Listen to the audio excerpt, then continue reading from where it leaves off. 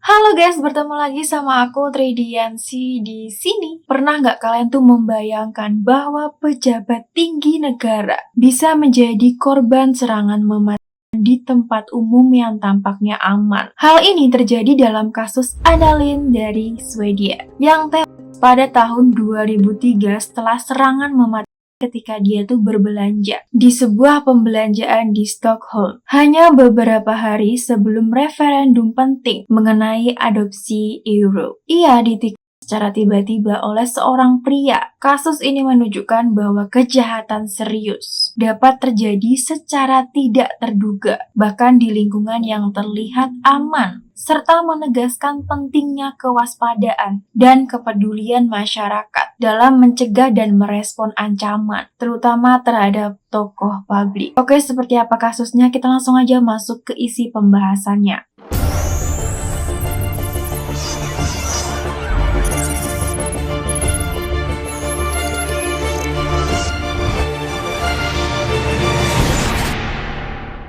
Peristiwa pertama terjadi di Swedia pada tanggal 10 September 2003 di sebuah pusat pembelanjaan di Stockholm. Menteri Luar Negeri Swedia yang juga merupakan tokoh penting dalam kampanye pro-adopsi Euro tengah menjalani aktivitas sehari-harinya belanja pakaian secara sederhana tanpa pengawalan yang ketat. Hal ini mencerminkan kondisi sosial Swedia pada saat itu yang relatif aman dan terbuka, di mana pejabat publik dapat berinteraksi langsung dengan masyarakat tanpa jarak. Kunjungan tersebut dilakukan menjelang debat besar mengenai referendum Euro yang dijadwalkan berlangsung dalam beberapa hari, sehingga perannya sebagai figur utama dalam kampanye menjadi sangat penting. Namun di tengah suasana yang nampaknya normal tersebut, situasi berubah drastis ketika seorang pria tidak dikenal mendekatinya dan secara tiba-tiba melakukan berulang kali. Serangan itu menyebabkan luka serius pada bagian tubuh vital. Sementara orang-orang di sekitarnya tuh langsung panik dan berusaha memberikan pertolongan. Pelaku berhasil melarikan diri dari tempat kejadian, meninggalkan korban dalam kondisi kritis. Anna kemudian segera dilarikan ke rumah sakit Karolinska untuk penanganan medis darurat. Di sana, tim dokter melakukan operasi intensif berjam-jam lamanya untuk menghentikan pendarahan internal yang parah serta menangani kerusakan organ vital yang dideritanya. Pada awalnya terdapat secercah harapan bahwa kondisinya bisa stabil. Namun dalam waktu singkat, kondisinya memburuk secara signifikan setelah melalui perjuangan panjang tim medis. Pada dini hari 11 September 2003, Anna dinyatakan meninggal dunia. Kabar ini segera menyebar luas dan menimbulkan duka mendalam di seluruh Swedia. Peristiwa ini tidak hanya mengejutkan karena kekerasannya, tetapi juga karena terjadi di negara yang selama ini terkenal aman, serta menimpa seorang tokoh publik yang sangat dihormati. Dampak dari pembunuhan ini sangat besar terhadap situasi sosial dan juga politik di Swedia. Serangan tersebut terjadi hanya 4 hari sebelum referendum nasional. Apakah negara tersebut akan mengadopsi mata uang Euro? Sebuah keputusan penting yang memicu perdebatan luas di masyarakat. Sebagai bentuk kehormatan, seluruh aktivitas kampanye dari dua belah kubu dihentikan, termasuk iklan di media, debat publik, dan berbagai kegiatan politik lainnya. Suasana sebelumnya yang penuh dengan dinamika berubah menjadi duka nasional dan juga keheningan. Meskipun demikian, pemerintah memutuskan tetap melaksanakan referendum pada tanggal 14 September 2003 yang pada akhirnya menghasilkan keputusan masyarakat mayoritas di Swedia untuk menolak penggunaan Euro. Keputusan ini menunjukkan bahwa meskipun terjadi peristiwa besar yang mengguncang, proses demokrasi tetap berjalan. Sementara itu, aparat kepolisian melakukan penyelidikan besar-besaran dengan melibatkan berbagai unit dan sumber daya dari berbagai wilayah. Upaya ini mencakup analisis, rekaman kamera pengawas, pemeriksaan barang bukti, serta pelacakan jejak pelaku. Setelah proses penyelidikan yang intensif, pelaku akhirnya berhasil teridentifikasi sebagai Mihailo Mihailovic, seorang pria keturunan Serbia Swedia. Ia kemudian ditangkap dan diadili, hingga akhirnya dijatuhi hukuman penjara seumur hidup atas tindakannya. Bertahun-tahun setelah kejadian tersebut, Mihailo mengungkapkan bahwa aksinya bukanlah bagian dari rencana pembunuhan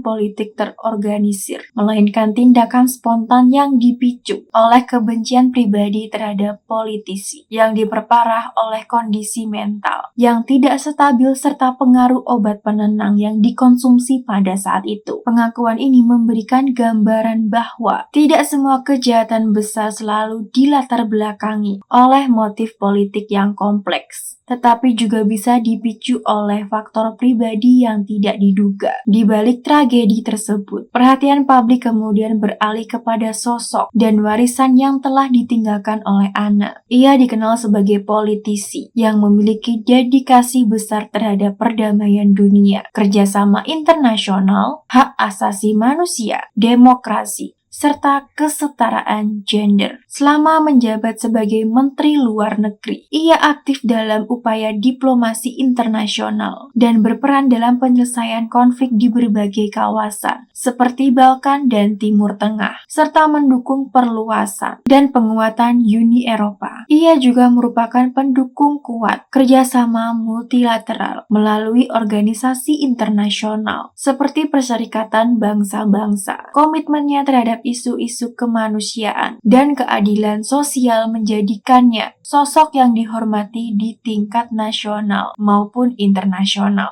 Warisannya hidup melalui berbagai yayasan, program beasiswa, serta lembaga internasional yang membawa namanya, serta berfokus pada dialog antar budaya, serta pembangunan perdamaian dunia. Lebih dari 1 dekade lamanya, peristiwa serupa kembali terjadi di Inggris menjelang momen politik penting lainnya. Pada 16 Juni 2016 di Bristol, seorang anggota parlemen dari Partai Buruh yang dikenal sebagai pendukung kuat keanggotaan Inggris di Uni Eropa diserang secara brutal ketika menjalankan tugasnya untuk bertemu dengan konstituen lainnya di sebuah perpustakaan. Dalam perjalanan menuju lokasi tersebut, ia tiba-tiba diserang oleh seorang pria yang menembak dan kemudian melanjutkan serangan dengan senjata tajam.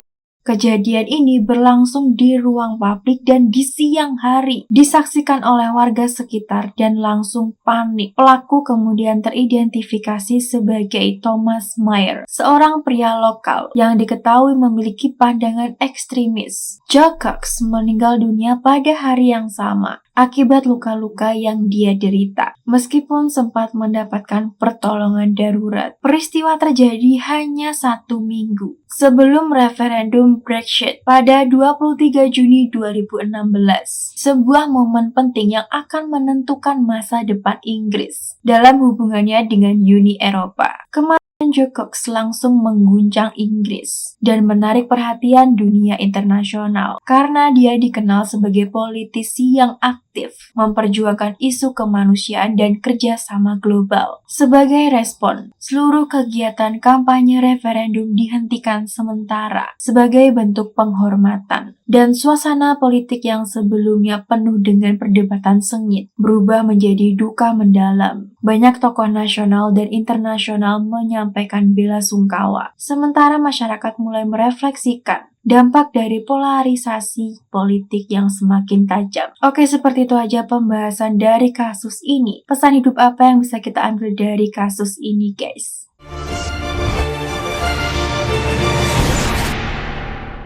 Dalam kasusnya Anne Leeds, kita belajar bahwa ancaman tidak selalu muncul dari situasi yang terlihat bahaya, tetapi bisa muncul di tengah aktivitas sehari-hari, di ruang publik yang terlihat aman. Serangan yang terjadi di Stockholm menunjukkan bahwa bahkan di negara dengan keamanan yang tinggi dan budaya keterbukaan, resiko tetap ada. Peristiwa ini mengingatkan bahwa rasa aman tidak boleh membuat kita lengah, baik sebagai individu maupun bagian dari masyarakat, karena situasi yang tampaknya normal dapat berubah secara tiba-tiba. Kasus ini menegaskan pentingnya tingkat keamanan dan kewaspadaan yang tidak tergantung pada kondisi lingkungan yang terlihat aman. Meskipun Swedia dikenal memiliki tingkat kejahatan yang rendah dan para pejabat publik sering beraktivitas tanpa pengawalan yang ketat, kejadian ini menunjukkan bahwa perlindungan tetap perlu disesuaikan dengan resiko yang ada. Keamanan bukan hanya tanggung jawab individu, tetapi juga hasil dari sistem yang baik, kesiapsiagaan, serta kemampuan untuk mengantisipasi potensi ancaman sebelum terjadi. Pada akhirnya peristiwa ini menjadi pengingat bahwa keselamatan adalah tanggung jawab bersama. Kepedulian terhadap lingkungan sekitar, kepekaan terhadap situasi yang terlihat tidak biasa, serta kesiapan untuk bertindak dalam keadaan darurat sangatlah penting. Tragedi ini juga mengajarkan bahwa di tengah kehidupan yang terlihat aman, kita tetap perlu waspada dan saling menjaga. Karena satu kejadian dapat berdampak besar, tidak hanya bagi individu, tetapi juga bagi masyarakat luas. Oke, seperti ini aja perjumpaan kita kali ini. Kalau ada informasi yang kurang tepat ataupun ada hal yang perlu diluruskan, aku sangat terbuka untuk dikoreksi lewat kolom komentar ya guys, supaya aku bisa terus belajar dan menyampaikan setiap kasus berikutnya dengan lebih baik lagi. Terima kasih buat kalian yang sudah mendukung, menonton, dan juga memberikan masukan buat aku. Aku benar-benar menghargai setiap kritik dan saran dari kalian, karena semuanya akan menjadi bahan pembelajaran berharga buat aku untuk bisa terus berkembang ke depannya. Sekali lagi aku ucapkan terima kasih dan semoga kita bisa tumbuh bersama dan belajar bareng-bareng di setiap kasus berikutnya. Kalau kalian tuh ada ide aku bahas kasus apa lagi, langsung aja komen di kolom komentar guys. Kalau aku ada salah-salah kata mohon dimaafkan.